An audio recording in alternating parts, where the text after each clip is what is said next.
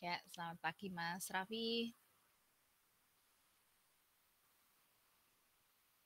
Kabar hari ini baik ya? Alhamdulillah. Oke, baik. Ini sudah jam 9.30 ya, baru 19.20 yang bergabung. Kita mulai saja sambil nanti temannya mungkin masih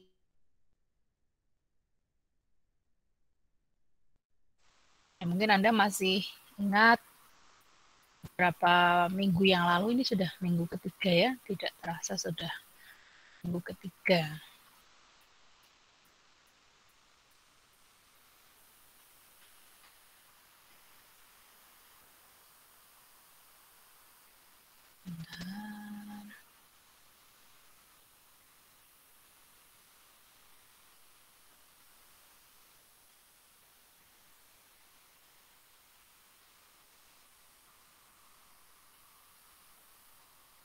Oke, sambil nunggu recordnya. Ya, baik, saya mulai langsung ya.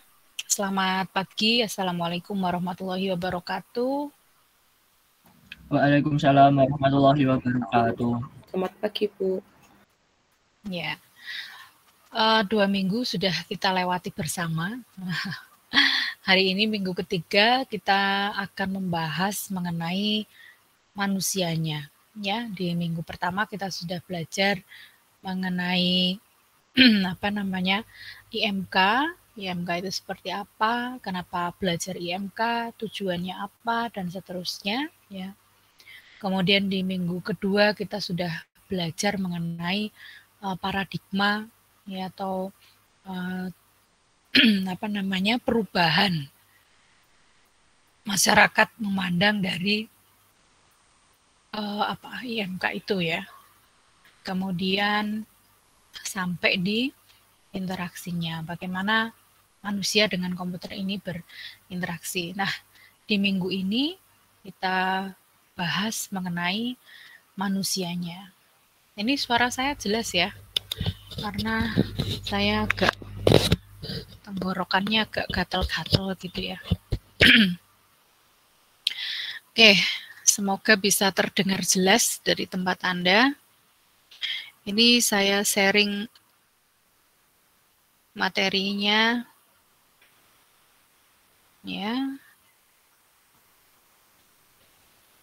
Sudah terlihat ya?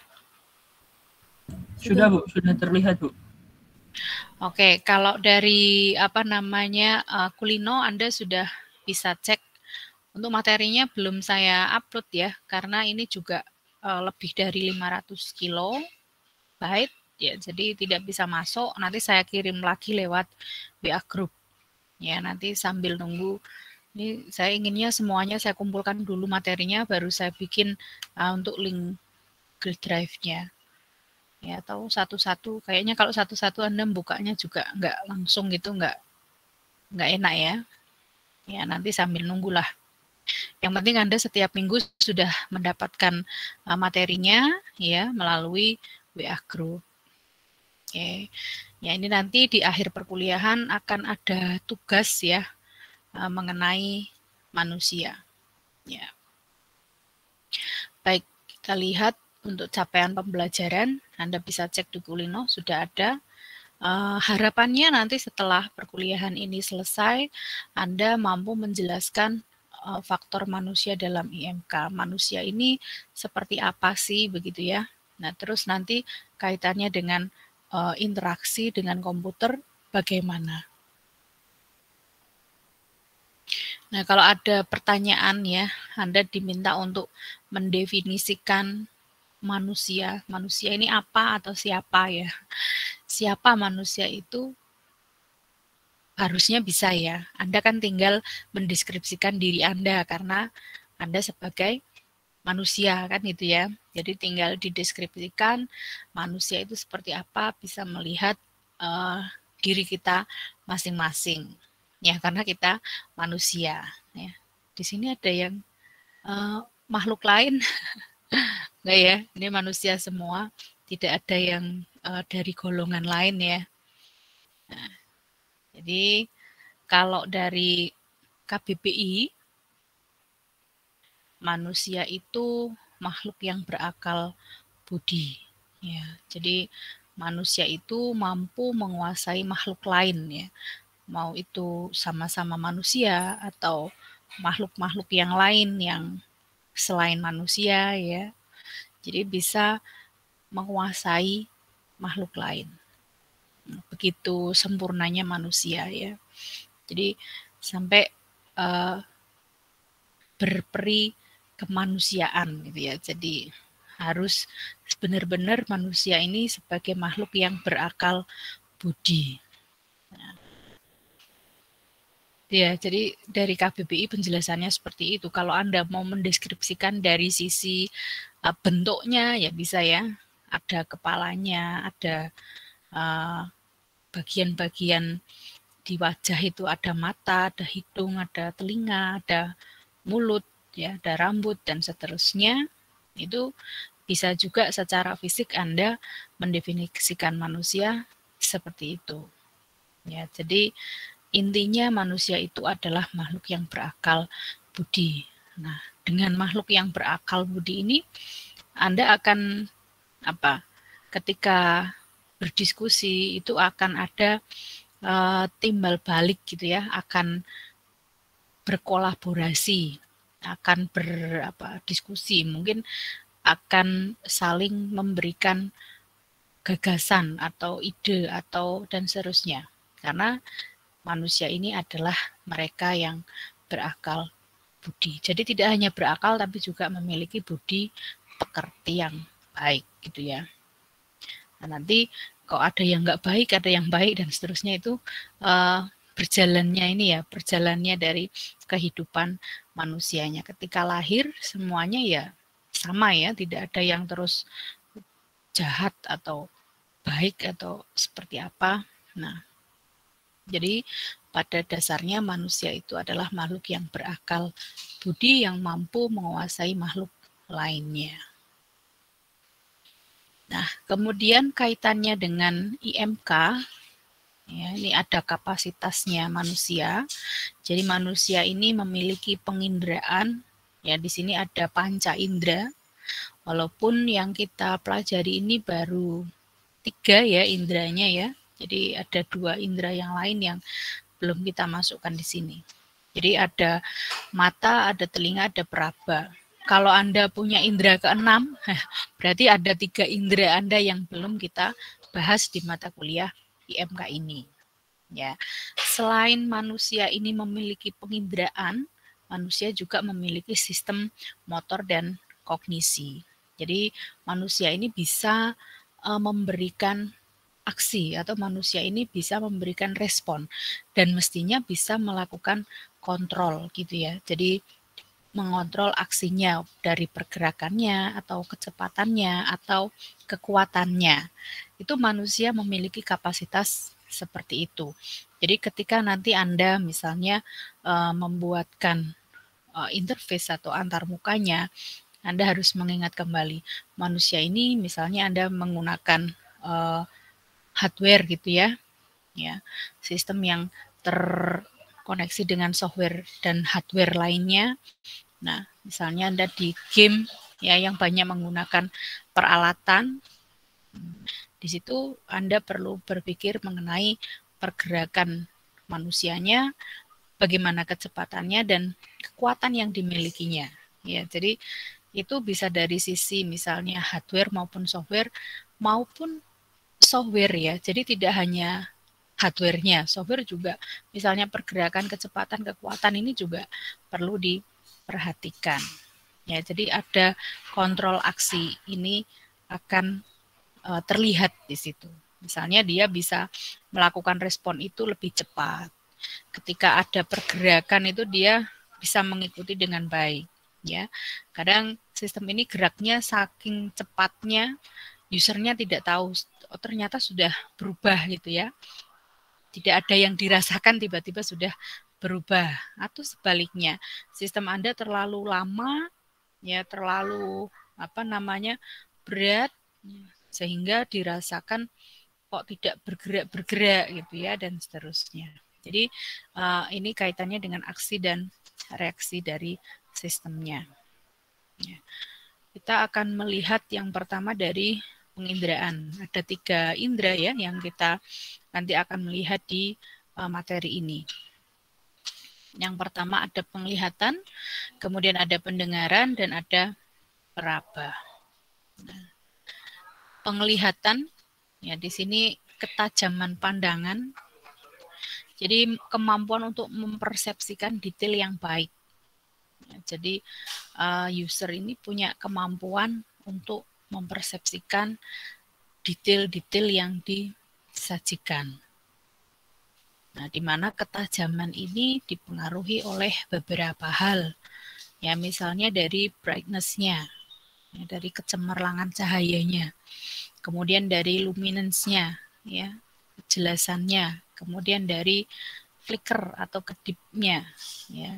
Jadi kadang kita tidak menyadari ada flicker di situ, kedip-kedip gitu ya.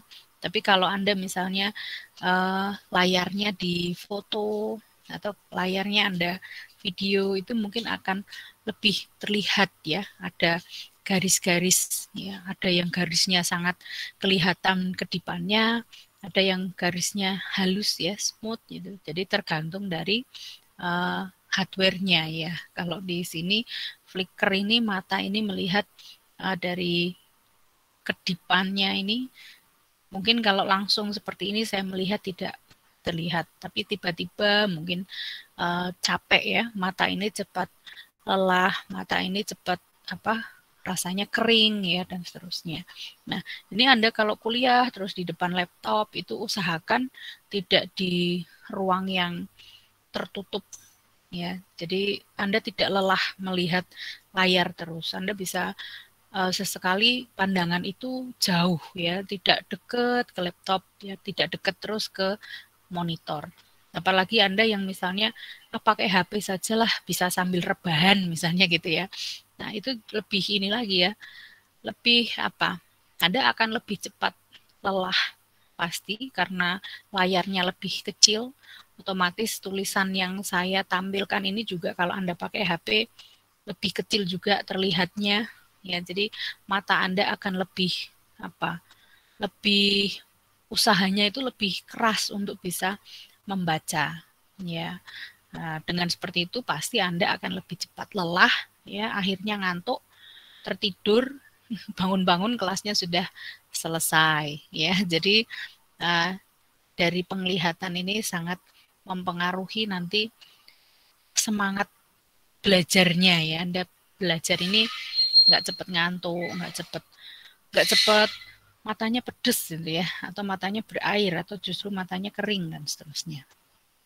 Ya, kecemerlangan cahaya ini juga sangat berpengaruh. Kita bisa mengatur seberapa cerah ya, kecerahannya seberapa, kejelasannya seberapa, kita bisa mengatur disesuaikan dengan kenyamanan dari penglihatan kita masing-masing.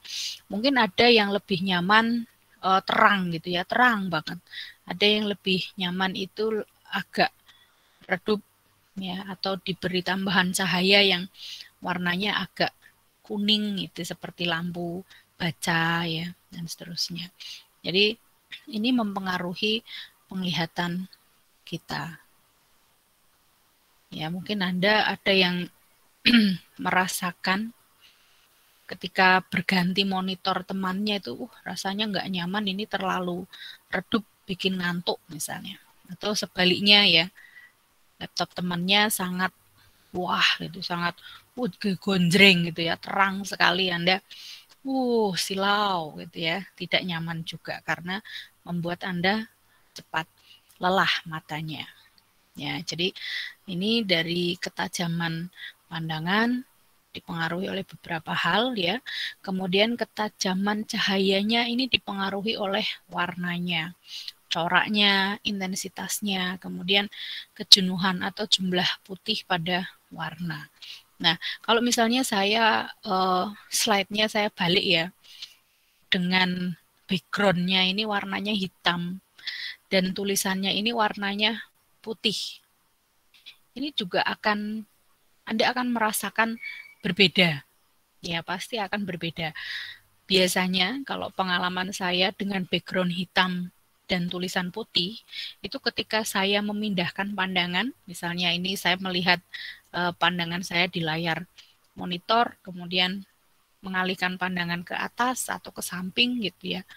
Pandangannya ini jadi warnanya ada seperti titik-titik putih gitu ya. Jadi apa yang kita lihat di monitor itu terpindahkan dengan bayangan yang seperti itu. Jadi tidak nyaman ya. Nanti Anda bisa mencobanya lah.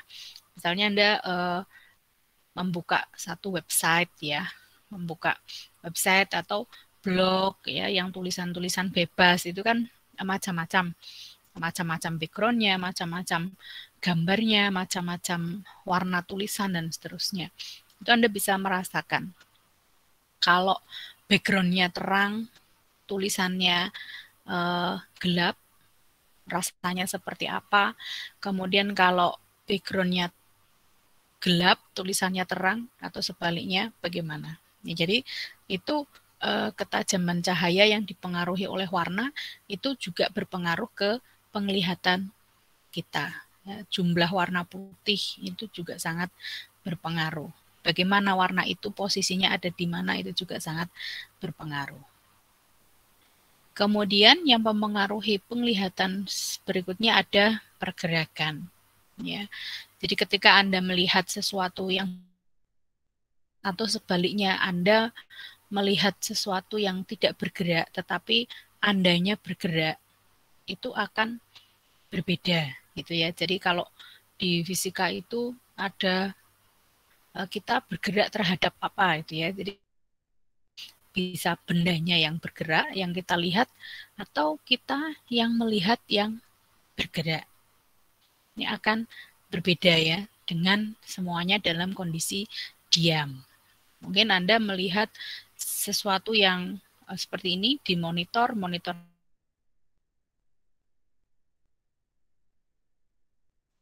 hanya ini sambil di jalan ya. Sambil di jalan menggunakan HP misalnya yang ya kecil lah 5 inch gitu ya. Tidak yang HP yang besar atau Anda tidak menggunakan layar-layar yang besar. Itu pengaruhi sekali dari penglihatan. Ya tidak hanya penglihatan, nanti juga ke yang lain-lain ya, yang jadi pusing, jadi lelah, jadi mual, dan seterusnya.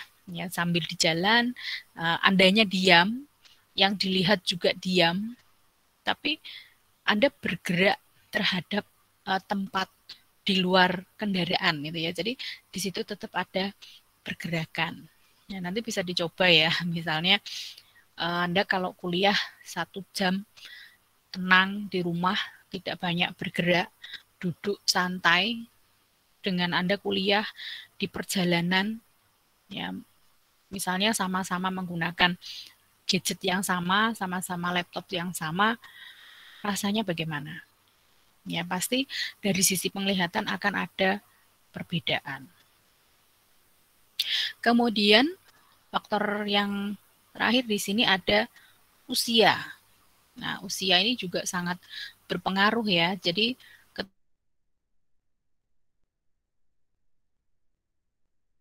kalau mungkin setahun, 2 tahun itu tidak terlalu terlihat perbedaannya. Tapi kalau yang sudah perbedaannya sampai 10 tahun, 20 tahun, itu akan sangat berbeda ya. Misalnya Anda dengan orang tua Anda kacamatanya sudah bawah atas beda ya. Jadi yang bawah untuk plus, yang atas untuk minus, jadi sudah plus minus kayak baterai gitu ya. Nah, kalau yang muda-muda ini kan masih minus saja ya, belum ada plusnya, itu pasti akan berbeda.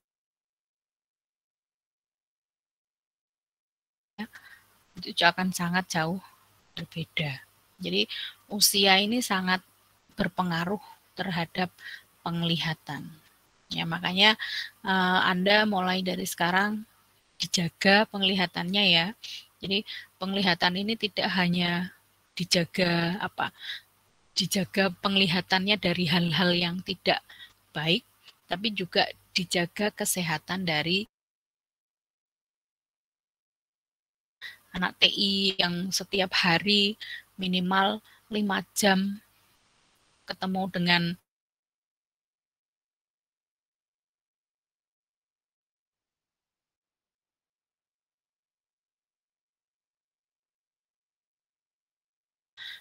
jam lebih di depan monitor ya. Monitor laptop atau monitor HP ya. Jadi layar ini selalu Anda pandang ya. Anda sampai lupa memandang wajah Anda sendiri karena saking fokusnya melihat layar HP, layar laptop ya. Anda bangun tidur yang dilihat apa dulu? Apakah Anda bangun kemudian ngaca ya melihat wajah Anda, atau Anda bangun HP-nya dicari, dilihat ya. Jadi kadang istirahatnya ini hanya beberapa jam saja. Ya, misalnya saya sudah, ini kok Bu istirahatnya banyak, jam 9 saya sudah tidur, oke jam 9 tidur, kemudian jam 1 terbangun, Anda yang dilihat layar HP. Itu berarti sudah berapa menit Anda melihat layar dan seterusnya. Ya, jadi semakin ke sini memang semakin sulit ya menjaga mata kita agar tetap sehat, apalagi kita kuliahnya dengan online seperti ini ya. Dulu yang offline saja Anda sudah sangat terlalu banyak melihat layar, apalagi sekarang dengan online ya. Jadi makanya tadi saya sarankan Anda kalau kuliah ya sambil melihat yang lain ya, tidak terfokus ke monitor terus, lihat yang lain.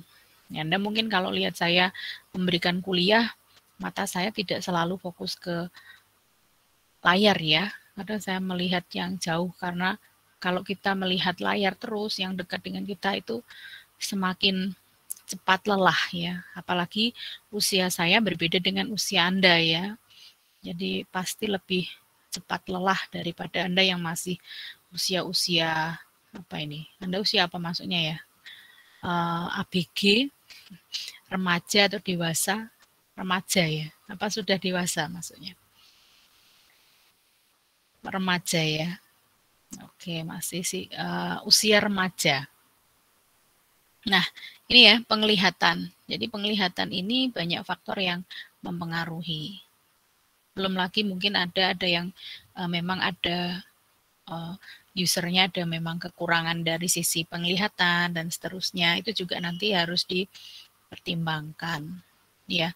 Sekarang kan sudah banyak sistem-sistem yang diperuntukkan untuk teman-teman kita yang ada kekurangan di penglihatan. Jadi ini juga bisa Anda kembangkan ya, bagaimana teman-teman kita misalnya seperti ini, ada mahasiswa yang mungkin dari sisi penglihatannya kurang sempurna sehingga hanya mengandalkan dari pendengaran begitu ya. Nah ini bisa Anda bantu mungkin dari sisi audionya atau seperti apa ya. Jadi ini memang terus berkembang. Baik, kemudian indera yang berikutnya ada pendengaran. Nah, pendengaran ini memiliki kapasitas yang sangat besar ya. Jadi Anda bisa mengumpulkan banyak informasi dari pendengaran ini. Kadang saya agak heran dengan mahasiswa yang kalau disuruh membaca itu, wah saya itu kalau membaca nggak begitu ini Bu, nggak begitu bisa memahami. Saya lebih senang teman saya membaca, saya mendengarkan gitu ya. Misalnya ada yang seperti itu. Ya, jadi kapasitas untuk mengumpulkan informasinya ini ada yang merasa saya lebih senang mendengarkan daripada membaca. Ada yang seperti itu ya. Jadi ada yang walaupun materinya sudah saya upload, mahasiswa ini ya nggak di-download, nggak dibaca. Ya karena merasa saya sudah cukup Bu, saya mendengarkan Ibu presentasikan PowerPoint itu sudah mengerti, sudah paham. Jadi saya nggak perlu melihat ke monitor, ya saya bisa sambil merem, tapi saya bisa fokus untuk mendengarkan. Ya, jadi itu pendengaran. Nah, di sini ada filter suaranya ya. Jadi Anda bisa memilih suara mana yang mau didengarkan, misalnya begitu. Ini kan kita kuliah online seperti ini. Gangguannya pasti lebih banyak ya. Dari sisi dosennya juga sama. Misalnya saya di rumah, terus kuliah, memberikan kuliah, walaupun saya sudah di kamar, sudah ditutup, itu kadang anak saya itu masih sok gedor-gedor, sudah selesai belum mah gitu ya. Belum, kalau sudah selesai nanti mama keluar misalnya begitu. Jadi ada gangguan-gangguan seperti itu, Anda ini masih bisa fokus ya, fokus ke mendengarkan suara saya. Jadi suara yang di luar itu tidak mengganggu karena Anda bisa fokus. Anda masih punya filter untuk suara ini, pendengarannya ini masih memiliki filter yang baik. Jadi tidak wah semuanya masuk Anda bingung mana ini yang mau didengarkan gitu ya. Kalau normalnya orang ya, normalnya manusia ini punya filter ya, dengan berfokus itu membuat filter kita lebih baik. Noise di sekitarnya ini bisa tidak kita dengarkan, bisa tidak terdengar ya. Karena Anda fokus untuk mendengarkan satu suara. Ya, di sini ada sistem auditori itu bisa melakukan filtering suara ya, luar biasa. Karena ini ciptaan Tuhan ya, bukan ciptaan manusia. Jadi filter ini otomatis berjalan. Nah, suara ini diakibatkan oleh getaran-getaran yang menimbulkan gelombang-gelombang tekanan. Ini Anda dulu di pelajaran biologi ya, ada gelombang, ada frekuensi. Suara itu bisa muncul karena ada getaran ya. Ketika Anda ada getaran di kerongkongan kemudian sampai keluar ada pita suara dan seterusnya, itu yang menimbulkan gelombang sehingga muncul suaranya. Nah, di sini manusia dapat mendengar suara dengan frekuensi 20 Hz sampai dengan 15 kHz ya. Jadi di luar frekuensi itu ada suara-suara lain yang manusia memang tidak diperuntukkan untuk didengar oleh manusia ya. Tuhan menciptakan kita manusia dengan segala kesempurnaannya ya, tidak diberikan semua bisa didengar gitu ya. Tuhan Maha tahu bagaimana nanti kalau semuanya bisa didengar ya. Misalnya ada binatang berbicara dengan teman binatang gitu ya. Misalnya Anda main ke kebun binatang, di situ banyak binatang-binatang, hewan-hewan yang berkeliaran. Pasti kan mereka juga bercerita ya. Kalau berkelompok itu ada yang suara-suara tidak terdengar itu, Anda bisa mendengar semuanya bisa terdengar sampai suara suara semut, suara cacing, suara ya. Ini kita akan menjadi tidak nyaman gitu ya. Atau Anda bisa mendengarkan suara-suara makhluk-makhluk astral ya, makhluk-makhluk lain ya. Itu juga akan sangat mengganggu. Jadi Tuhan menciptakan kita itu sudah sangat sempurna. Dengan kesempurnaan Tuhan menciptakan manusia yang luar biasa. Ya, jadi ada batasannya. Di atas 15 kHz manusia sudah cukuplah, tidak perlu bisa mendengar. Biar hidupnya ini lebih mudah ya. Kalau Anda bisa mendengar semuanya, hidupnya pasti akan tidak senyaman sekarang. Jadi pembatasan ini untuk kenyamanan kita ya. Jadi Anda bisa membatasi, bisa memfilter suara yang masuk. Kemudian ada frekuensi berapa yang bisa kita dengar. Yang di luar itu tidak bisa kita dengar. Itu juga untuk kenyamanan kehidupan manusia. Nah, di sini ya ada 3 komponen utama yang terkait dengan pendengaran ya. Ada pitch atau frekuensi suaranya, ada loudness-nya atau amplitudo besar atau kekuatan suara, ada timbrenya ya atau jenis ya, kualitas suaranya seperti apa. Ya, ini kalau juri-juri pencarian bakat luar biasa ya. Ini pitch control-nya kurang bagus. Jadi pendengarannya berbeda dengan kita orang biasa yang tidak di bidang musik ya, karena kemampuan mengenai musiknya berbeda. Ya, jadi bisa tahu ini ada kontrolnya, ada yang meleset misalnya begitu. karena ada ilmunya beda dengan yang bukan musisi, seperti itu ya. Jadi itu pendengaran. Jadi sebenarnya kita bisa memilih mana yang akan kita dengar, mana yang tidak perlu kita dengar itu ya. Ini yang pendengaran yang memang suara ya, bukan pendengaran yang suara-suara hati ya. Jadi yang fisik bisa kita dengar saja, kita bisa memilih mana yang akan kita dengar, mana yang tidak perlu kita dengar. Begitu juga dengan suara-suara yang terkait dengan suara hati Anda ya. Jadi mana yang perlu didengarkan, mana yang tidak perlu didengar. Yaitu kita harus punya filter yang baik. Oke. Kemudian indera yang ketiga ada raba. Nah, di sini harusnya ya bisa merasakan ya. Kalau Anda masih normal, ini masih bisa merasakan. Ketika ada panas, ada dingin, itu ada responnya. Kalau Anda sudah tidak bisa merespon panas atau dingin, nah ini perlu diperiksakan ya. Perlu diperiksakan ke dokter kulit mungkin ya, atau ke dokter saraf. Kenapa Anda tidak bisa membedakan mana yang panas dan mana yang dingin? Tapi hati saya bisa membedakan, Bu, misalnya. Hatinya bisa membedakan yang panas dan dingin, tapi rabaannya ini tidak bisa membedakan. Itu juga perlu diperhatikan ya. Ketika Anda melihat sesuatu, responnya itu harus tepat. Kalau tidak tepat ya nanti Anda menjadi aneh ya, tidak sesuai dengan manusia yang biasanya. Nah, ini juga perlu diketahui. Jadi ada termoseptor, ini untuk merespon panas atau dingin. Kemudian ada nosiseptor, ini bisa untuk merespon rasa sakit ya. Mestinya Anda kalau dicubit itu juga bisa merasakan sakit. Kadang Anda kalau dapat rezeki yang tak terduga kan minta dicubit ya. Ini mimpi bukan gitu ya, mimpi bukan. Nah, bisa dicubit, kemudian ada memberikan respon sakit, berarti itu nyata gitu ya. Kalau tidak ada responnya, itu tidak nyata.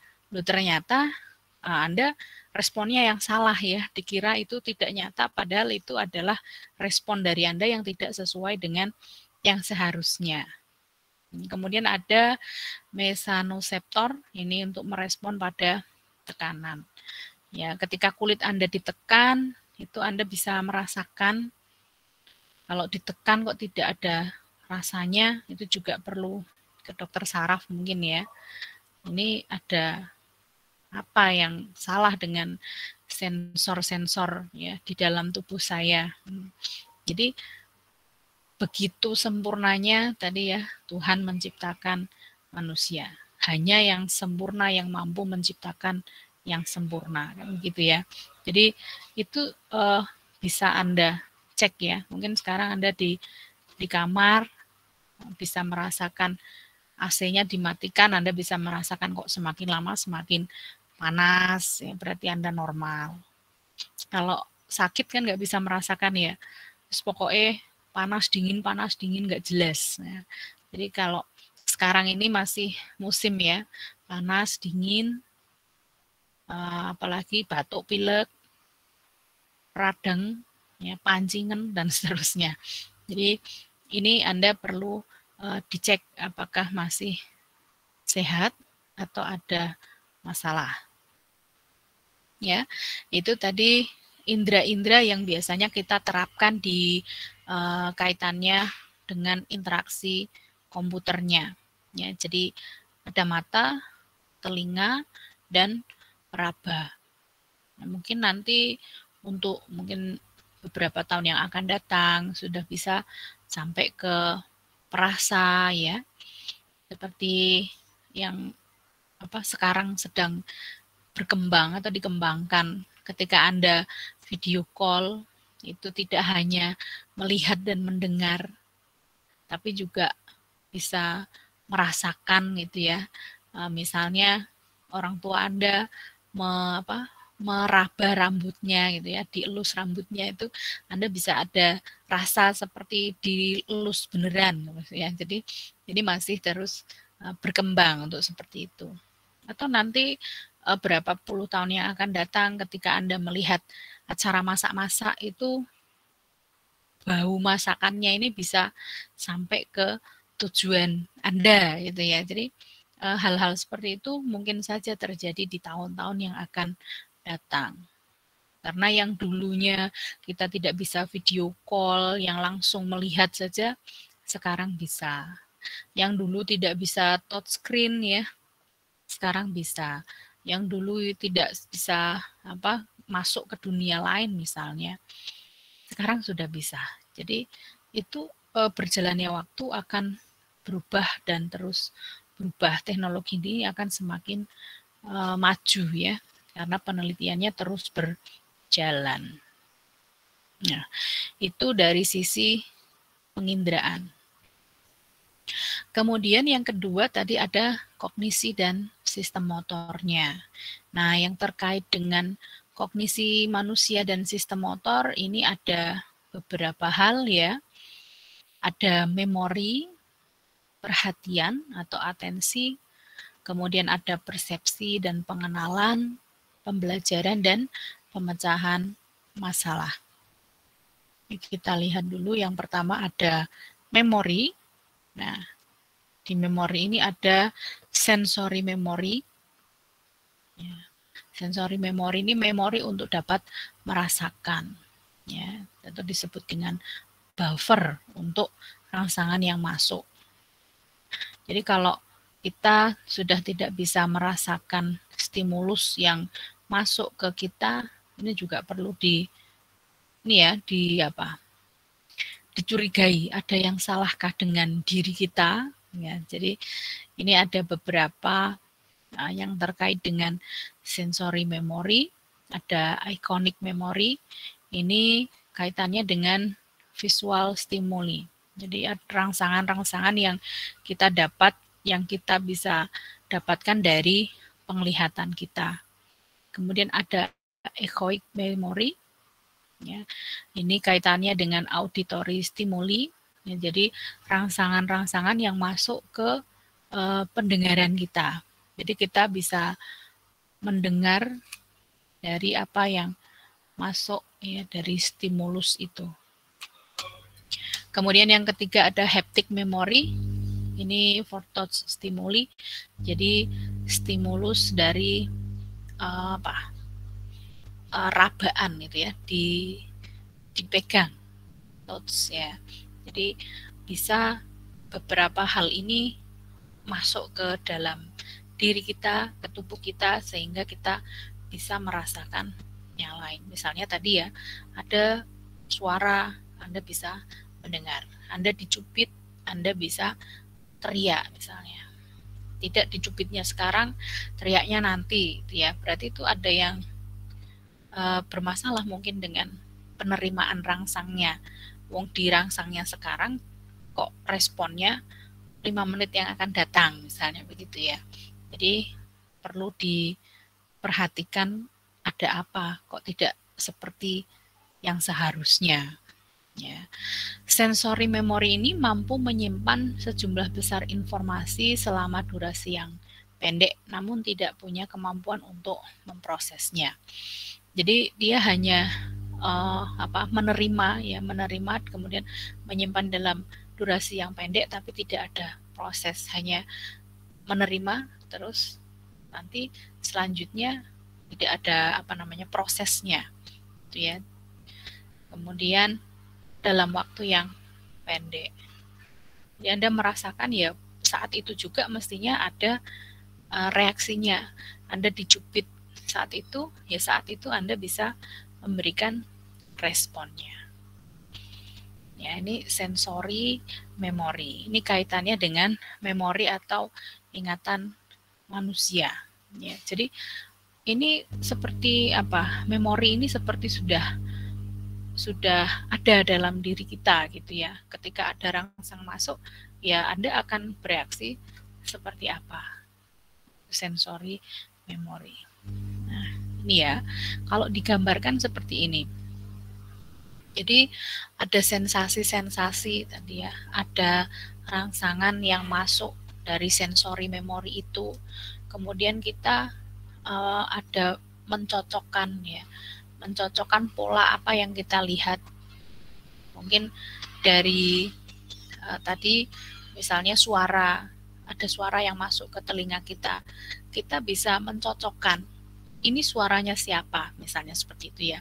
Misalnya ada di rumah, ada nenek, kakek, bapak, ibu gitu ya, kakak, adik, terus ada yang lain lagi, ada sepupu ya, ada tantenya mungkin misalnya ya. Ini keluarga besar, satu rumah karena rumahnya juga sangat besar, orangnya juga banyak. Nah, Anda dari sistem auditori ini ya, jadi dari sistem pendengaran Anda yang masih baik, itu Anda bisa mencocokkan. Anda sudah ada memorinya. Jadi kenapa kini dicocokkan? Karena kita sudah ada dulu, gitu ya. Anda sudah sering ketemu dengan keluarga, sudah ada simpanan memori ya. Ayah itu suaranya seperti ini, ibu suaranya seperti ini, adik, kakak, nenek, kakek, tante, sepupu, ponaan dan seterusnya. Itu ada simpanan memori di dalam memori Anda yang tak terbatas itu seperti apa. Nah, ketika ada orang dari luar misalnya, Assalamualaikum gitu ya, atau permisi, itu Anda bisa tahu, oh ini suara ayah misalnya. Oh ini dari memori yang ada, misalnya Anda cocokkan gitu ya, Anda cocokkan, ini tidak ada ini, suara seperti ini tuh di memori saya tidak ada. Nah, ketika Anda buka pintu, oh ternyata kurir misalnya gitu ya, menyampaikan barang misalnya, mengantarkan barang. Nah, ini ada pencocokan pola atau atensi. Jadi Anda berfokus pada suara yang Anda dengar dari luar, Anda sudah punya memori gitu ya, sudah ada memori di dalam diri Anda mencocokkan, oh itu suaranya adik misalnya ya. Misalnya ada suara menangis, itu Anda bisa tahu, oh itu tetangga yang nangis, oh itu adikku yang nangis, oh itu tetangga yang anak kedua yang nangis misalnya ya, tetangganya banyak, oh itu tetangga yang depan yang nangis, oh itu tetangga yang sebelah kiri. Itu pola apa namanya, semua yang pernah Anda dengar itu tersimpan di dalam memorinya. Itu. Jadi sehingga ketika Anda mencocokkan itu langsung tahu. Nah, itu masuk di short term memory. Ya, jadi ingatan-ingatan yang jangka pendek itu masuknya di short term memory. Memori jangka pendek. Kalau hal itu diulang terus ya, terjadi perulangan, maka itu akan masuk di long term memory. Long term memory ini yang biasanya akan sulit hilang. Kalau short term mungkin Anda tidak mengulang beberapa kali itu sudah lupa, tapi kalau yang sudah masuk ke long term karena terjadi pengulangan yang terus itu yang akan selalu bisa Anda cocokkan. Sedikit mencocokkan Anda sudah langsung mengingat karena pengulangannya yang terus terjadi. Ya, misalnya tadi karena Anda tinggal satu rumah dengan orang tua, ya dengan keluarga sudah berapa tahun ya, sudah misalnya ini Anda usianya berapa, 19 tahun, 20 tahun, Anda pasti ingat betul suaranya. Ya walaupun suara jalannya, ya, jalan kakinya itu Anda sudah tahu. Ada suara kaki berjalan itu Anda sudah tahu, oh, ibu datang gitu ya, dan seterusnya. Kenapa? Karena itu sudah masuk ke long term memory Anda. Nah, pengulangan. Makanya kalau misalnya ujian Anda ingin bisa mengingat dengan baik, ya diulang-ulang terus, ya diulang sehingga akan bisa menjawab ya, bisa memberikan jawaban itu sesuai dengan yang dipelajari. Ya, jadi itu model memori pada manusia. Nah, ini keterangannya STM dan LTM. STM itu short term memory, instan, aksesnya cepat untuk dipanggil kembali, ya, bersifat sementara biasanya. Ya, misalnya Anda belajar seperti ini ya, Anda hanya mendengarkan saya mempresentasikan materi, ya. Kemudian setelah itu Anda mengerjakan soal misalnya begitu. Tidak ada pengulangan. Ya, Anda di saat itu ingat ya, di saat ini ingat. Tapi 7 minggu yang akan datang sudah lupa. Misalnya seperti itu. Jadi perlu ada tadi pengulangan ya. Pengulangan sehingga Anda bisa masuk ke long term. Kemudian kapasitasnya untuk short term itu terbatas. Ya, biasanya umumnya ya mungkin ini kan macam-macam ya. Anda ada yang memang ingatannya itu luar biasa. Walaupun itu hanya sebentar, walaupun itu hanya sementara, tapi dia bisa menyimpan dalam waktu yang lama tanpa pengulangan misalnya. Ada yang seperti itu ya. Jadi memang ini penerimaan memorinya bagus ya. Jadi sekali mendengar akan terus teringat. Atau biasanya ada rangsangan-rangsangan tertentu ya, stimulus tertentu yang itu sekalipun akan terus diingat ya. Misalnya apa? Kata-kata yang kasar, kata-kata yang tidak baik. Itu akan langsung masuk membekas gitu ya. Jadi tidak diulang pun, misalnya Anda dikatain sama temennya itu sampai lulus kuliah ya, masih ingat. Sampai Anda bekerja terus ketemu di kantor dan masih ingat, oh kamu kan yang dulu pernah ngatain saya gitu ya, dan seterusnya. Karena itu tadi stimulusnya ini sangat kuat ya, sehingga Anda begitu sangat mengingat walaupun itu hanya satu kali dikatakan misalnya ya.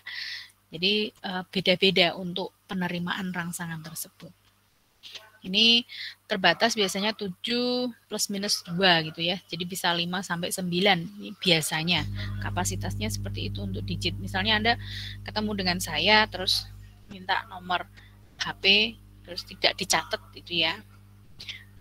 Itu biasanya akan teringat 5 digit di belakang atau 9 digit saja misalnya ya. Jadi terbatas. Kalau Anda pengen apal, ya ditulis terus diingat-ingat ya. Diingat-ingat dan seterusnya. Sehingga 12 digit itu bisa selalu teringat. Atau kalau saya ke anak saya itu HP saya berikan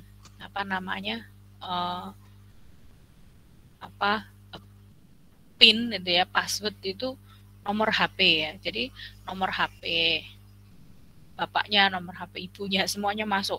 Jadi kalau kamu mau pakai HP, itu prosesnya panjang ya, harus diingat semua, 12 plus 12.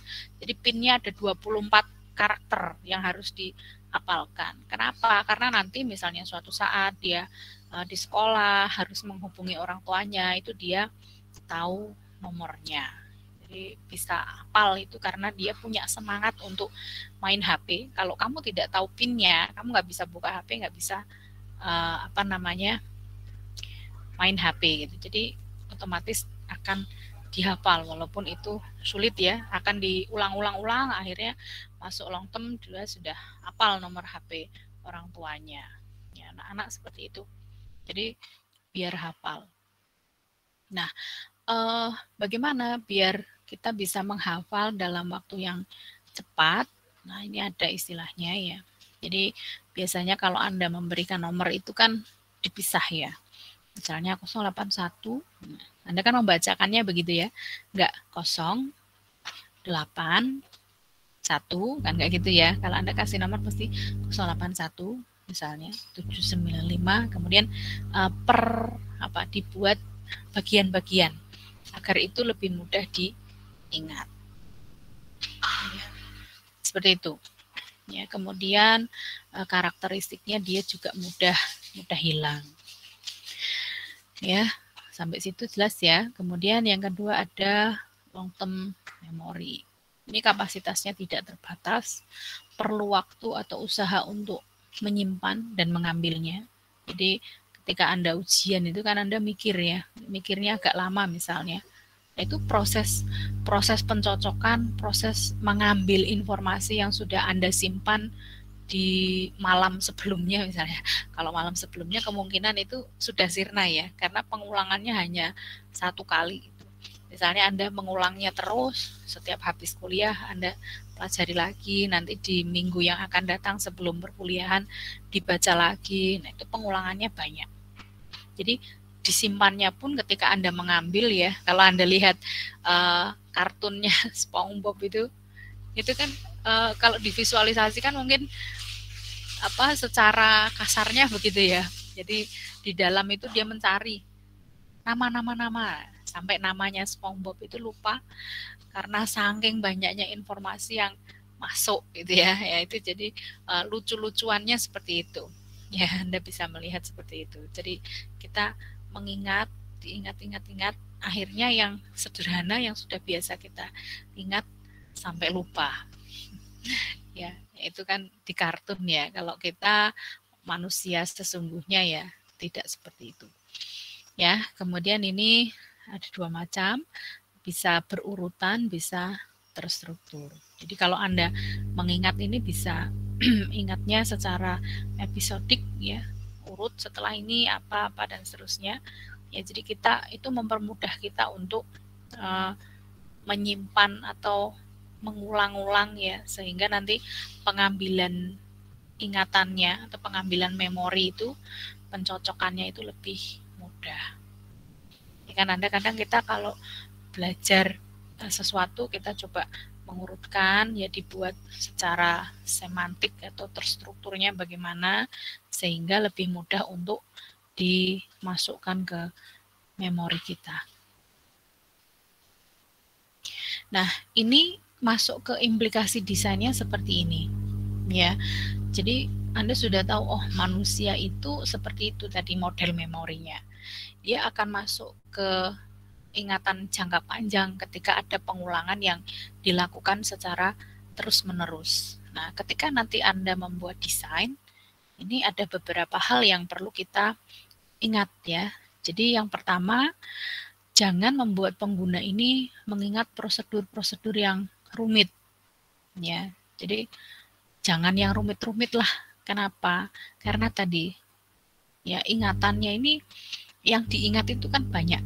Ya, kalau dia tidak selalu menggunakan aplikasi itu, mungkin dia akan mudah lupa.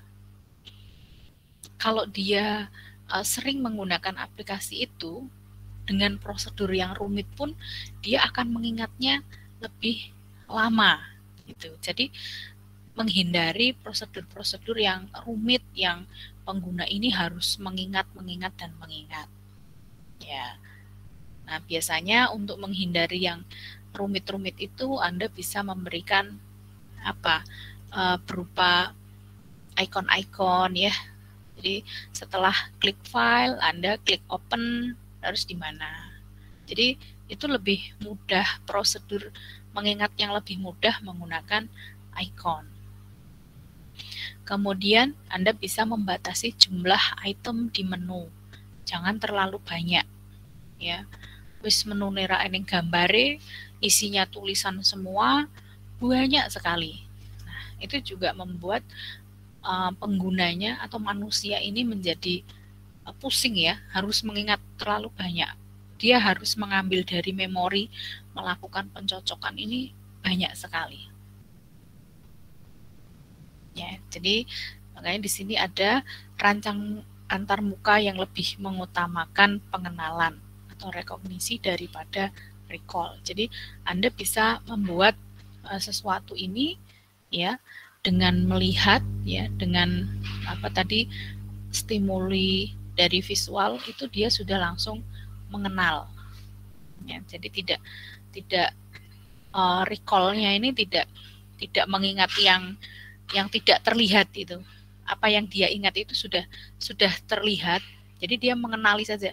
Oh ya ini nih gitu ya. Jadi tidak mengingat sendiri, tidak ada di depannya itu yang bisa untuk menstimulus dia mengenali. Gitu. Jadi Anda bisa mengutamakan pengenalan.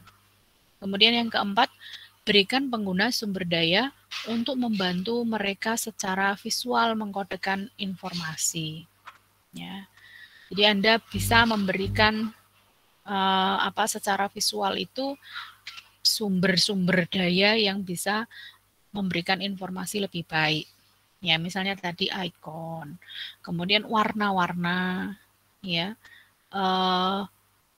disesuaikan dengan lingkungannya gitu ya. Misalnya kalau buah misalnya ya, mengenal buah itu, apel itu biasanya warnanya merah itu misalnya, atau hijau.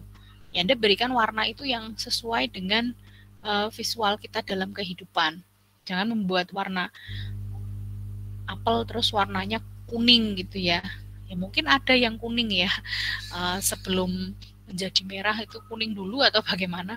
Tapi kebanyakan yang kita lihat ketika itu sudah tersaji di pasaran itu warnanya hijau, merah, atau hijaunya yang agak pudar gitu ya. Apel Malang kan sudah agak pudar, agak menguning sedikit, agak tidak hijau banget, dan seterusnya. Jadi warna ini juga sangat penting ya untuk mengingatkan kita akan sesuatu. Misalnya Anda kalau lihat biru, ingat Udinus misalnya gitu ya. Anda kalau lihat warna merah, ingat apa yang merah? Warna merah Anda ingat donor darah misalnya begitu ya. Jadi warna-warna ini bisa membuat kita lebih mudah untuk mengenali tadi pola tadi. Ya, itu memori. Sampai sini jelas ya? Ini masih on. Oh ya, ada suaranya berarti masih terdengar ya. Saya agak deg-degan kalau tidak ada suara responnya ya. Jangan-jangan ini terputus saya ngomong sendiri ya. Oke, baik. Kemudian selain memori dari sensor motorik kita ada perhatian atau atensi. Ya. Jadi dari semua kemungkinan yang tersedia, mana yang akan menjadi konsentrasi kita? Itu perhatian atau atensi. Ya ini apa ya? Kalau Anda mungkin dari sekian banyak teman Anda, mana salah satu teman Anda yang paling Anda perhatikan? Nah itu ya, jadi tidak terus semuanya dideketin ya, tapi yang paling Anda pilih yang mana? Yang Anda konsentrasikan untuk di PDKT-in misalnya begitu. Jadi perhatian atau atensinya di mana? Jadi manusia tadi ya selain ada memori, ada atensinya juga. Ya, ini semuanya sebenarnya saling terkait ya. Ketika kita sudah konsentrasi pada satu hal apa yang akan kita perhatikan, yaitu akan membantu memori kita juga. Ini juga terkait dengan tadi penglihatan, pendengaran, rabaan gitu ya. Apa yang ingin kita dengar, apa yang kita ingin lihat. Misalnya dari Anda misalnya di rumah seperti ini, kuliahnya online, saya kan tidak tahu ya, Anda membuka apa itu kan tidak tahu. Jadi apa yang mau Anda lihat, apa yang mau Anda dengarkan, itu Anda bisa memilih. Ya, mau konsentrasinya apa? Ya, misalnya saya kuliah seperti ini, di belakang saya banyak suara, tapi kalau Anda bisa memfokuskan diri, saya mau mendengarkan suaranya Bumi, pasti itu akan lebih terkonsentrasi di situ. Jadi suara-suara lain itu tidak akan terlalu terdengar, walaupun mungkin kalau terlalu keras ya akan mengganggu ya, tapi Anda punya atensi khusus di situ. Ya, jadi di sini ada scanning atau pemindaian visual ataupun auditori. Ya, jadi visual ini fokus pada satu objek tertentu, yang lain menjadi kabur. Ya, misalnya saya melihat ini satu ruangan ini banyak mahasiswa, ada foto-fotonya ya. Kalau saya memutuskan untuk melihat misalnya Mas Yoga gitu, saya lihat Mas Yoga, yang lain akan terlihat tidak sejelas Mas Yoga, misalnya begitu ya. Begitu juga ketika Anda dengan teman-teman Anda seperti itu. Misalnya di kelas, kalau Anda fokus ke depan, melihat dosennya berpresentasi, melihat materi yang ditampilkan, walaupun mungkin materinya tampilannya sederhana, seraan yang gambare ya, backgroundnya putih, pokoknya biasa banget ya, misalnya begitu. Tapi kalau Anda punya atensi yang jelas, yang memang ingin berfokus di situ, maka itu akan terlihat dengan baik. ya, visual dan auditori. Auditori ini memilah suara yang bising dan suara-suara lain dan suara yang ingin Anda dengarkan. Ya. Faktor yang memudahkan Anda bisa fokus, yang pertama penetapan tujuan. Ya, kalau Anda sudah punya tujuan yang jelas, pasti itu akan lebih mudah. Misalnya, ngapain sih kuliah, misalnya begitu ya. Wong yo, kamu nggak kuliah juga bisa kok belajar seperti itu, misalnya seperti itu. Nah, Anda tujuan kuliah ini apa? Pertama, selain mendapat ilmu, mungkin kalau kita belajar di Google itu kita dapat ilmu ya, tapi istilahnya apa, nasab ya, urutannya itu tidak jelas. Terus gurumu sopo gitu ya, masa gurunya Google, kan nggak ini ya, nggak srek gitu ya. Oh, dulu saya belajar IMK sama Bu Umi, jadi jelas nasabnya. Terus nanti Bu Umi belajar IMK-nya siapa? Dulu saya S1 belajar IMK itu sama Pak Nur misalnya. Ketika S2 saya belajar IMK itu sama Pak Surya. Dan seterusnya, itu ada ceritanya. Terus nanti Pak Nur ini belajarnya dari mana? Pak Surya ini belajarnya sama siapa? Itu jelas urutannya. Ya. Kalau kita belajar di Google ya nasabnya ke Google gitu ya. Urutannya itu nanti ke Google. Siapa gurunya? Google gitu. Ya, mungkin ilmunya tidak jauh berbeda ya, tapi kejelasan siapanya itu lebih jelas. Kemudian secara formalnya nanti Anda ada gelarnya Eskom misalnya. Kalau di Google kan tidak ada gelarnya dan seterusnya. Jadi tujuan ini penting. Kalau Anda tidak punya tujuan yang jelas, ya akan sulit untuk bisa fokus. Kuliah tujuannya apa? Tujuannya mencari nilai. Ya Anda akan fokus. Anda akan fokus biar caranya nilainya bagus. Karena fokusnya di nilai ya. Tapi kalau Anda fokusnya nilai itu adalah apa? Akibat gitu ya, dampaknya.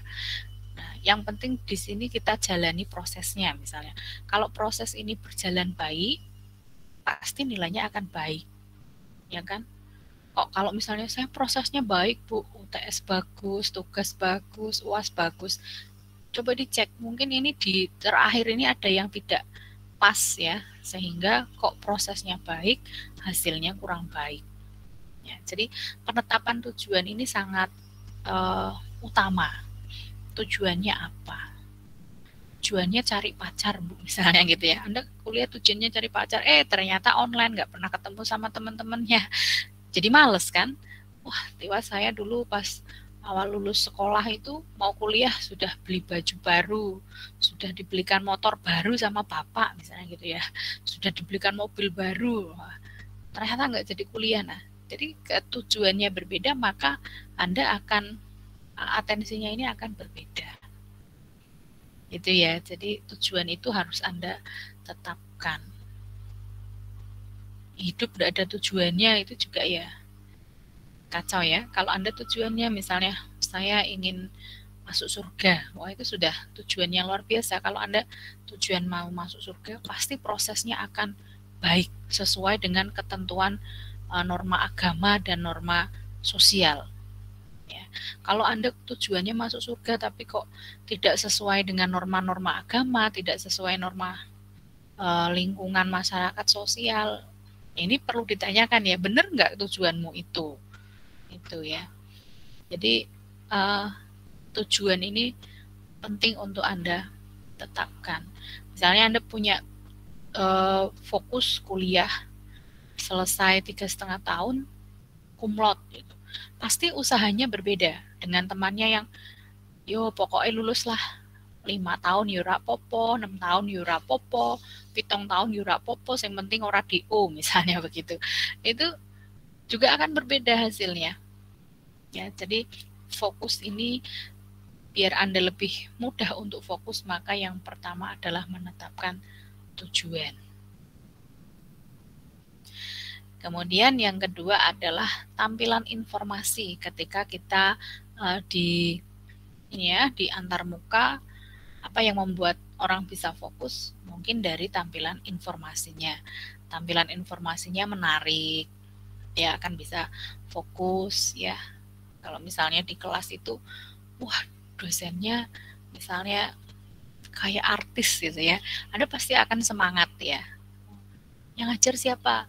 Yang ngajar Luna Maya gitu misalnya. Wah, jadi teman-teman lain yang tidak di kelasnya pun akan tertarik untuk melewati kelas ya. Jadi ini kalau di kelas misalnya seperti itu. Kalau di tampilan informasi ya bentuk-bentuknya mungkin yang menarik ya. Makanya dari sini siapa penggunanya itu sangat penting. Karena Anda agar tidak salah memberikan tampilan. Kalau mahasiswa saya berikan tampilan ya yang sederhana seperti ini ya. Misalnya PowerPoint ya bersih, putih, tulisannya hitam ya, dengan keterangan-keterangan mata kuliah, program studi dan seterusnya. Itu sudah cukup. Beda kalau saya misalnya ngajar ke anak TK atau SD, ya pasti tampilannya ada balon-balonnya mungkin ya, terus ada gambar-gambarnya, ya jadi tampilan informasi ini juga akan berbeda sehingga bisa fokus seperti itu, ya. Kemudian implikasi ke desainnya bagaimana atensi ini? Nah, ketika nanti Anda masuk ke desain di atensi ini, mungkin Anda nanti bisa memberikan informasi yang relevan dengan tugas yang sedang dikerjakan. Kalau Anda bisa memberikan informasi ini sesuai dengan tugas yang sedang dikerjakan, itu bisa menarik perhatiannya. Kemudian teknik grafisnya, ya dari sisi tata letak, kemudian urutannya, pengorganisasiannya, warna, animasi dan lain sebagainya, itu bisa Anda gunakan untuk menarik perhatian ini. Ya, tetapi diingat jangan lantas terus semuanya Anda masukkan. Nah, ini juga kadang ya mahasiswa kalau presentasi itu slide-nya ada 20 slide, setiap slide itu ininya beda ya, desain slide-nya berbeda. Jadi sangat piye maksudnya gitu ya. Jadi kita tidak memahami ini maksudnya apa, harus berganti-ganti desain seperti itu ya.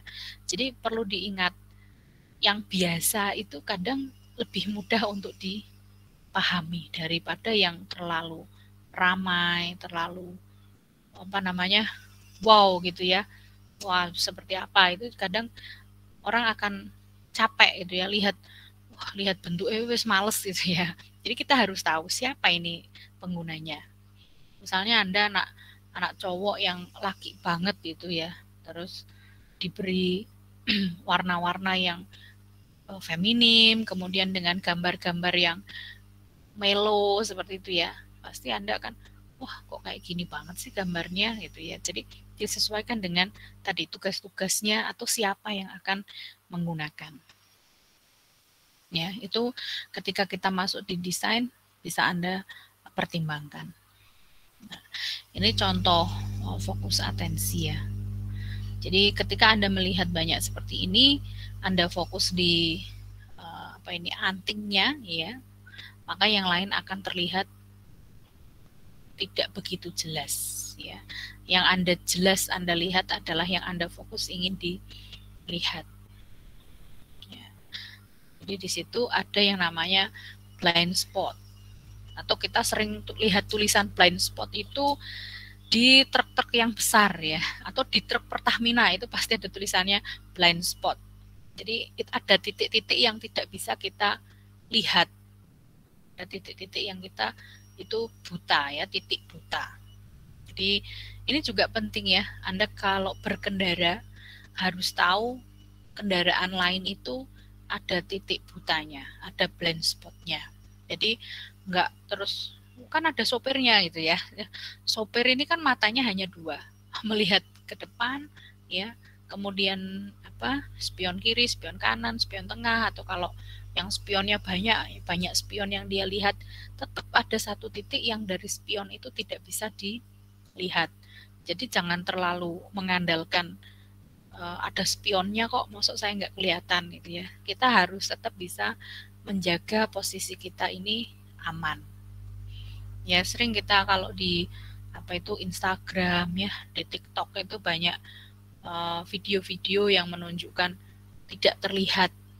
Ya, jadi Anda nanti bisa melihat kalau kendaraan ini Anda tidak bisa lihat, Anda tidak bisa dilihat. Kalau Anda lihat di spion kok sopirnya tidak kelihatan, ya berarti sopirnya nggak bisa lihat Anda juga kan itu. Atau tidak kelihatan sopirnya karena sopirnya tidak ada. Nah, itu beda lagi ya. Jadi hati-hati ketika berkendara, ada titik-titik buta yang driver ini tidak bisa melihat. Ya kan? Kita naik motor aja ada titik butanya kok ya. Jadi nanti Anda bisa coba. Karena saya pernah ada teman saya ini jahil sekali ya. Padahal motor saya itu sudah sesuai ya. Jadi spionnya itu sudah berdoa gitu, 2 di depan seperti ini. Itu tetap ada titik yang dia ngikuti dari belakang, pas di belakang yang tidak terlihat dari spion. Tiba-tiba klakson, itu kan kaget ya. Kok kayaknya sepi, tiba-tiba ada orang. Nah, itu juga Anda kalau mau berbelok harus hati-hati ya. Kadang kita nggak begitu percaya dengan spion ya, sampai harus noleh ya. Jadi nggak begitu percaya sama spion ya. Kadang spionnya bohong gitu ya. Lampu rating aja kadang bohong kan ya. Sennya ke kiri, beloknya ke kanan loh. Jadi tetap hati-hati dengan kondisi di jalan. Nah, seperti ini juga contoh atensi ya. Jadi ketika Anda di Google, itu kan dia langsung kursornya ini langsung menunjukkan di situ, di pencariannya di mana. Jadi langsung fokus ke situ. Orang akan mencari apa? Ya, difokuskan ke situ. Kemudian yang ketiga ada persepsi. Nah, persepsi ini kita memperoleh informasi dari lingkungan menggunakan indera-indera yang berbeda. Hasil gabungan antara pengalaman internal yang dipicu dari event-event eksternal.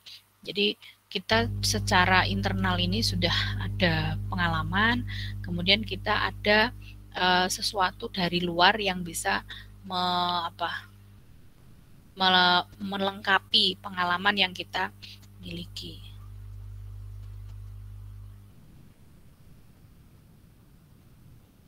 Ya. Kemudian penglihatan visi atau indera visual adalah indera dominan dari orang yang melek gitu ya. Jadi kita yang mungkin normal dari secara inderanya ini masih normal, itu maka yang dominan dari yang kita miliki indera ini adalah penglihatan. Ya. Kemudian ini contoh persepsi dari sulap ilusi. Ya, jadi persepsi dari sulap ilusi ini mengalihkan atensi dengan misdireksi. Jadi menuntun ke arah yang salah.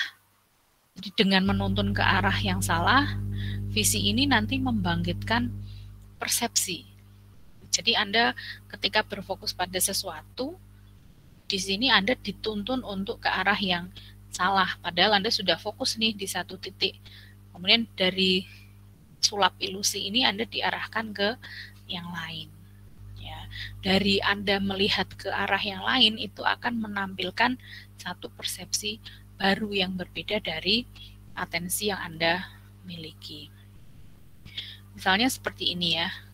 Ini ketika Anda melihat, ketika Anda berfokus melihat satu gambar dari ilusi Ponzo ini, maka mungkin Anda akan akan mengikuti tadi misdireksinya tadi ya, bahwa gambar kotak hitam di bawah dengan gambar kotak hitam di atas itu ukurannya berbeda, itu ya. Padahal ini ukurannya sama, tapi karena ada background yang seperti ini, seperti tangga ini ya, sehingga akan terlihat ukurannya berbeda. Sebenarnya kalau backgroundnya ini tidak ada gambar tangga ini, kita akan melihat oh itu sama gitu ya. Anda fokus itu akan terlihat ukurannya sama. Ya, tapi ketika ada benda lain di dalamnya, itu akan terlihat berbeda. Yaitu tadi persepsi. Ya, ini contoh ilusi Ponzo yang dia memisdireksi ya, menuntun ke arah yang salah sehingga Anda awalnya sudah tahu itu ukurannya sama, tapi dengan adanya gambar lain Anda menjadi salah. Oh, itu besar atau panjang yang atas daripada yang bawah, itu sebenarnya ukurannya sama. Begitu juga dengan contoh ilusi Muller-Lyer ini ya. Jadi garis vertikal ini sebenarnya panjangnya sama, tapi karena ada tambahan ini ya, menjadi seperti berbeda. Yang atas itu seolah-olah dia lebih panjang daripada gambar yang ada di bawah. Nah, itu persepsi ya. Jadi ini gabungan dari yang Anda sudah ketahui dari pengalaman yang Anda rasakan, kemudian ada event-event ya, ada sesuatu yang dari luar, sehingga Anda akan menimbulkan satu persepsi terhadap sesuatu yang Anda lihat maupun yang Anda dengar. Ya, jadi itu persepsi. Nah, implikasi ke desainnya, ketika nanti Anda merancang antarmuka, ikon-ikon ini mesti dirancang sedemikian rupa ya, sehingga nanti pengguna dapat membedakan ya, dapat memilah maknanya. Misalnya Anda untuk penyimpanan pakai gambar apa? Kulkas gitu ya. Orang mungkin akan bingung, kok gambarnya kulkas gitu. Jadi ini apa ya? Ya benar ya, kulkas kan menyimpan juga kan ya, menyimpan bahan makanan misalnya begitu. Nah, jadi ini ketika Anda merancang ini perlu dipikirkan. Orang ini kalau menyimpan itu biasanya kan sudah sepengetahuannya menyimpan itu pakai disket gambarnya ya, atau pakai gambar seperti lemari. Yang intinya ketika kita melihat itu penyimpanan. Mungkin Anda bisa memberikan gambar lain yang orang ini bisa memahami ya, dari pengalaman yang sudah dia miliki, kemudian dia melihat dari sisi yang lain, itu masih bisa diterima ya. Kemudian untuk suara juga sama. Suara masih terdengar cukup jelas dan menjadi pembeda antara suara yang satu dengan yang lainnya. Misalnya kayak kuliah ini ya, ketika ada suara dung gitu ya, saya agak bingung. Karena saya biasanya tidak melihat di ininya ya, jadi saya tidak melihat di situ karena tidak terlalu jelas. Saya melihat di PowerPoint saya sendiri, ketika ada suara dung itu, ini ada mahasiswa yang baru bergabung yang minta izin, yang saya harus mengeklik izinkan, atau koneksi internetnya terputus ya. Nah, ini perlu saya setting lagi untuk membedakan suara-suara notifikasi itu. Ya, nanti Anda juga sama ketika membuat satu aplikasi harus bisa dibedakan. Misalnya Anda masih ada kolom yang belum diisi. Suara yang Anda berikan itu mestinya akan berbeda dengan suara misalnya penyimpanan berhasil dilakukan, misalnya ada suaranya misalnya ya, itu bisa dibedakan ya.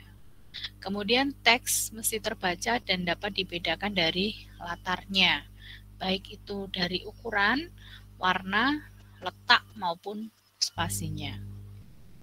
Nah, kalau Anda misalnya melihat tampilan yang semrawut gitu, pasti akan males ya, tidak jelas letaknya, ada yang di sini, ada yang di sana. Itu juga harus diperhatikan. Kemudian yang keempat ada pembelajaran. Pembelajaran ini memperoleh pengetahuan atau keterampilan baru. Jadi mengeksplorasi. Exploratory learning by doing. Anda bisa belajar dengan mengeksplor apa yang ada. Anda bisa belajar sambil melakukan, ya. Ini pembelajaran. Kemudian ada problem solving and reasoning, ya. Ini pemecahan masalah mestinya dengan aktivitas yang sadar atau refleksi, ya. Jadi ketika kita memberikan solusi, memberikan penyelesaian, itu mestinya dalam kondisi yang sadar. Kemudian berpikir kembali tentang satu pilihan. Yang mana ini yang bisa untuk menyelesaikan permasalahan? Menentukan pilihan atau solusi yang terbaik, ya. Ketika banyak pilihan, maka kita harus mengambil satu yang terbaik. Membuat perencanaan, menimbang keuntungan dan kelemahannya. Nah, problem solving ini implikasi desainnya, ya. Anda bisa menyediakan informasi dan bantuan, ya, sehingga si user ini bisa ada keputusan untuk menyelesaikannya, caranya bagaimana. Tetapi akan lebih baik lagi bila menjadikan problem solving dan reasoning tidak perlu lagi. Jadi tidak ada permasalahan, sehingga tidak ada masalah yang perlu diselesaikan. Ya, analog dengan pesan kesalahan yang deskripsif dan kontekstual yang memungkinkan pengguna mengetahui di mana ia melakukan kesalahan, kemudian melakukan koreksi atas kesalahan tersebut. Ya, jadi di sini Anda harus bisa memberikan keterangan jika ada kesalahan, salahnya di mana, terus apa yang bisa dilakukan untuk memperbaiki kesalahan tersebut. Ya, jangan ada yang salah terus Anda biarkan begitu saja. Misalnya data tidak lengkap gitu. Lah yang tidak lengkap itu di mana? Mungkin bisa langsung disorot kursornya, langsung mengarah ke situ. Jadi user tahu, oh ini ada yang kurangnya di sini. Ya, atau kalau Anda di bahasa pemrograman itu biasanya setiap baris ada kesalahan itu, maka dia akan menunjukkan baris keberapa, gitu ya. Baris keberapa, terus keterangannya apa? Misalnya sintak error, gitu ya. Itu bingung, sintak error ini yang error yang mananya? Kalau yang jelas kan biasanya ada keterangannya. Kurang apa? Misalnya, oh ini string, oh ini integer. Nah itu jelas. Oh ini harusnya pakai titik. Wah, oh ini harusnya ditambah kurung tutup, misalnya seperti itu ya. Itu jelas. Tapi kalau pesan kesalahannya hanya sintak error, ini bingung ya. Sintak yang mana yang error? Dicari di line yang disebutkan sudah benar. Ketika di enter, line-nya berpindah tempat di line yang kosong. Nah ini juga membingungkan.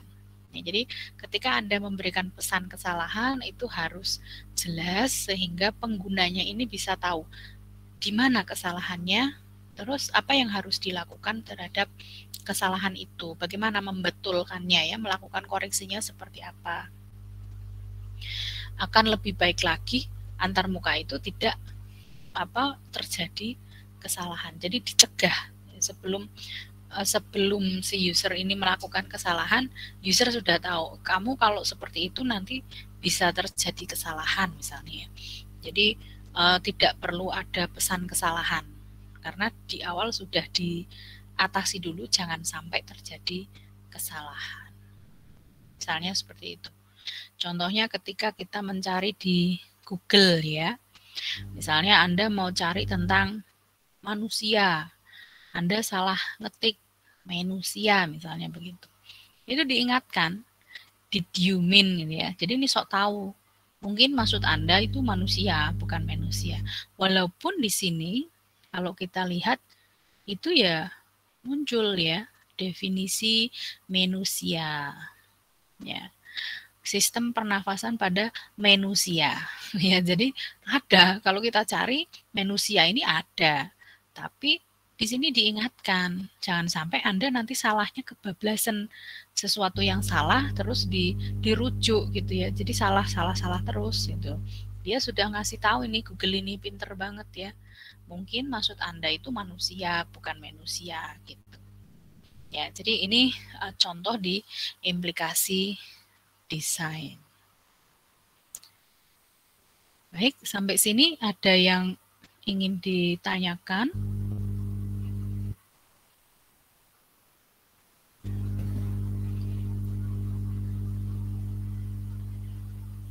Ada pertanyaan?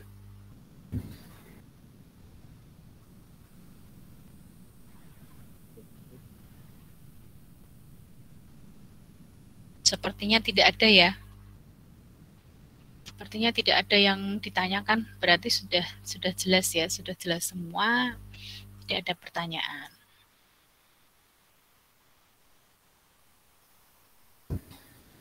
Bu Umi? Ya? Ini PPT-nya belum di-share di Kulino ya, Bu? Ya, Mas. PPT-nya ini tidak bisa langsung saya share karena ukurannya yang terlalu besar ya. Jadi nanti saya share di grup saja ya. Saya share di grup. Nanti kalau saya sudah sempat menyimpan semuanya jadi dalam satu drive, nanti saya berikan linknya di Kulino. Ya. Jadi sementara nanti saya berikan di grup.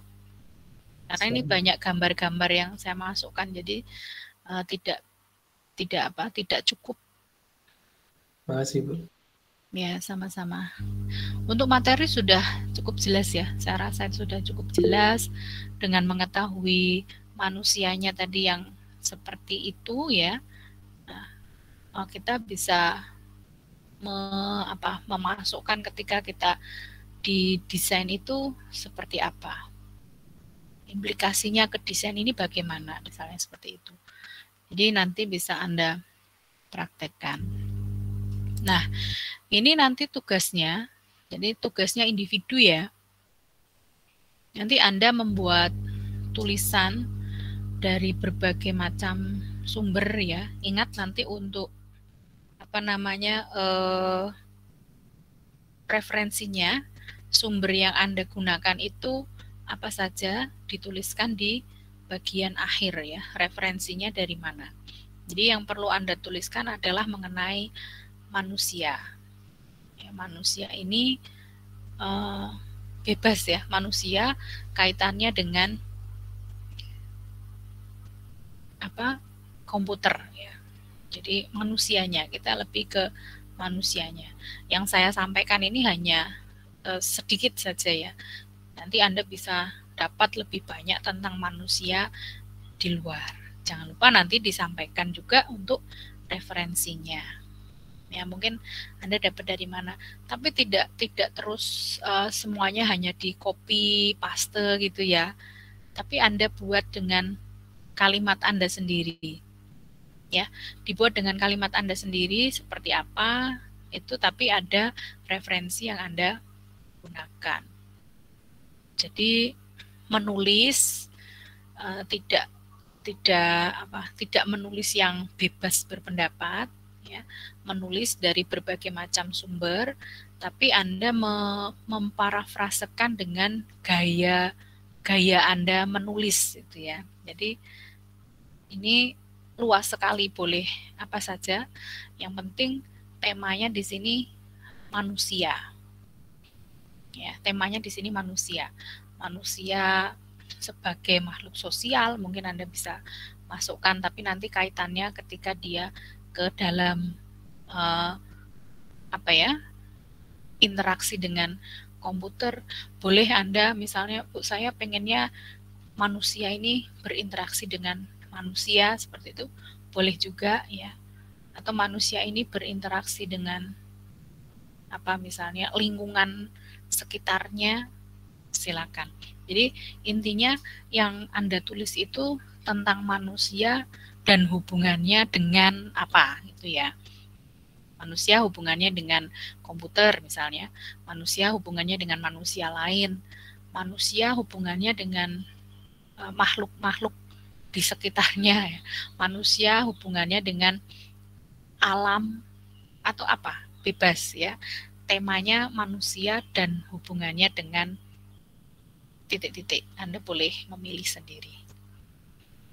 Ya, jadi biar kita ini banyak pengetahuan, banyak referensi. Oh, ternyata misalnya ya, manusia yang seperti ini tuh ada gitu ya. Jadi Anda kalau lihat sesuatu itu nggak gampang kagum, bukan kagum ya, tapi nggak gampang merasa aneh. Kok ono ya, wong koyo ngono gitu ya. Tapi Anda bisa melihat dari sisi uh, ilmu pengetahuan bahwa memang manusia itu diciptakan ada yang jenisnya seperti itu, gitu ya. Jadi ini kita menarik ya. Jadi selain kita belajar tentang komputer, kita juga belajar tentang manusianya. Walaupun mungkin ada yang tidak ada kaitannya dengan komputer begitu ya. Tapi kita punya pengetahuan, mungkin pengetahuan baru mengenai manusia-manusia ini. Gitu ya. Jadi seperti pelajaran itu ya, Bu. Antropologi gitu. Enggak juga ya. Jadi ini sederhana saja. Anda menulis cukup satu halaman. Ya, saya ingin melihat bagaimana cara Anda menulis sesuatu, gaya penulisannya seperti apa. Jelas ya? Jelas, Bu. Ya, satu halaman saja cukup. Tapi kalau Anda ini yang dinilai bukan jumlah halamannya ya, nanti minimal kan 1, kalau 10 berarti nilainya lebih banyak. Enggak juga seperti itu. Yang penting adalah isinya. Kalau Anda misalnya kayaknya kurang, Bu, saya 1,5 halaman ya, boleh ya. Tapi yang dilihat itu isinya, bagaimana Anda menguraikan apa yang telah Anda baca. Jadi jangan di copy paste ya. Waktunya sampai ini hari Rabu, berarti sampai Senin lah. Ya, sampai hari Senin. Jadi saya punya waktu untuk membaca. Senin Anda kumpulkan, Selasa mudah-mudahan Selasa selesai dibaca semua gitu ya. Atau sebelum Senin misalnya ini selesai kan masih ada waktu ya. Sebelum Anda mungkin kuliah lagi nanti jam 12.30 masih ada waktu 1,5 jam, dikurangi isoma misalnya 1 jam, masih ada waktu 30 menit Anda bisa mulai searching, mulai mencari sumber-sumbernya. Jangan lupa nanti sumbernya disertakan di akhir halaman. Ya, tidak perlu Anda dibuat seperti jurnal yang diberi nomor itu ya. Tidak perlu seperti itu. Yang penting misalnya Anda ambil dari satu blog tertentu itu langsung dituliskan semuanya linknya. Jadi ketika misalnya saya mau ngecek ini benar apa enggak itu ya, saya tinggal copy, saya masukkan di Google, itu artikelnya bisa langsung terbuka, bisa langsung dibaca. Ya, jadi sumbernya jangan google.com. Google.com ini kan masih banyak ya di dalamnya. Jadi kalau Anda punya link ya, link itu ketika diklik langsung masuk. Seperti Anda kuliah di Google Meet ini, linknya diklik langsung masuk di IMK 44 unggulan. Bukan yang masih yang harus kemana lagi, harus mencari ya, dan seterusnya. Jelas ya? Permisi Bu, saya ingin bertanya. Ini Ya. untuk apa bahan referensinya itu terbatas pada literasi tulisan atau boleh dari video Bu? Boleh kalau misalnya Anda ada didukung dengan video-video misalnya begitu ya, atau didukung dari berita-berita kejadian itu juga boleh. Tapi yang langsung ke sumbernya ya, jangan yang kayak misalnya di TV-TV itu kan banyak ya, misalnya yang lagi viral gitu misalnya seperti itu. Jangan digunakan kalau yang seperti itu. Itu kan untuk apa? Untuk hiburan ya, untuk tontonan. Nah, kalau Anda misalnya misalnya sumber ini diwawancarai di mana, misalnya seperti itu, ada podcast, ada di YouTube, Anda mau sertakan, boleh, ya, boleh silakan. Apalagi fenomena seperti sekarang ini kan manusia bermacam-macam ya, jadi kita sedikit belajar mengenai psikologi manusia. Oke, jelas ya, Mas Misal? Baik Bu, jelas. Terima kasih Bu Umi. Sama-sama. Ada yang lain? Permisi Bu, saya mau bertanya. Untuk tulisannya itu strukturnya bebas Bu, atau ada struktur tersendiri? Untuk tulisannya awalnya seperti biasa ada latar belakangnya ya. Kenapa kok Anda menulis itu. Misalnya Anda menulis manusia hubungannya dengan manusia lain, misalnya begitu. Kenapa Anda kok memilih itu? Ya, itu yang pertama, dijelaskan latar belakang Anda menulis isai ini itu kenapa. Kemudian nanti masuk ke isinya. Nanti kalau sudah masuk ke isinya ya bebas, Anda bebas menuliskan isinya. Kemudian nanti di akhir Anda menyimpulkan. Jadi dari banyak referensi yang sudah Anda baca, dari apa yang sudah Anda tulis ya dengan parafrase yang baru itu, kesimpulannya apa? Begitu. Jadi tidak usah diberi misalnya tujuannya, misalnya tujuan untuk memenuhi tugas IMK, tidak perlu diberi seperti itu. Langsung saja di atas ada nama NIM ya, tidak perlu pakai cover-cover lah, langsung satu halaman, di atas Anda berikan nama NIM, mata kuliah, kelompok, kemudian judulnya apa. Nah, nanti paragraf 1 isinya latar belakangnya, kemudian paragraf berikutnya Anda sudah mulai menguraikan apa yang sudah Anda baca, kemudian nanti di paragraf terakhir ada kesimpulannya. Sudah 3 paragraf itu saja. Ya, minimal 1 halaman lah, 1 halaman cukup, atau sampai 2 halaman. Tidak usah terlalu banyak. Yang penting isinya ini sudah bisa dipahami dengan baik. Gitu. Baik Bu, terima kasih. Ya, sama-sama. Terus untuk fontnya ya normal ya, jangan terus Anda, wah biar 1 halaman cepat selesai, terus fontnya 14, itu kegedean kalau 14. Fontnya ya 11 atau 12 ya. Kemudian rata kiri kanannya ya menyesuaikan, nggak nanti terlalu ke dalam banget atau menjorok banget. Ya, nanti Anda kirim dalam bentuk filenya PDF saja. Ya, diketik rapi.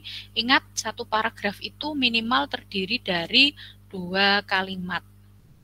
Ya, 1 kalimat inti dan 1 kalimat penjelas. Kalau itu hanya 1 kalimat, berarti itu bukan paragraf. Ya, jadi masih banyak mahasiswa yang menulis tulisannya panjang sekali seolah-olah itu sudah 1 paragraf. Padahal kalau dibaca itu baru ada sampai 1 titik, ya, berarti 1 kalimat. 1 kalimat itu selesai kan ditandai dengan titik.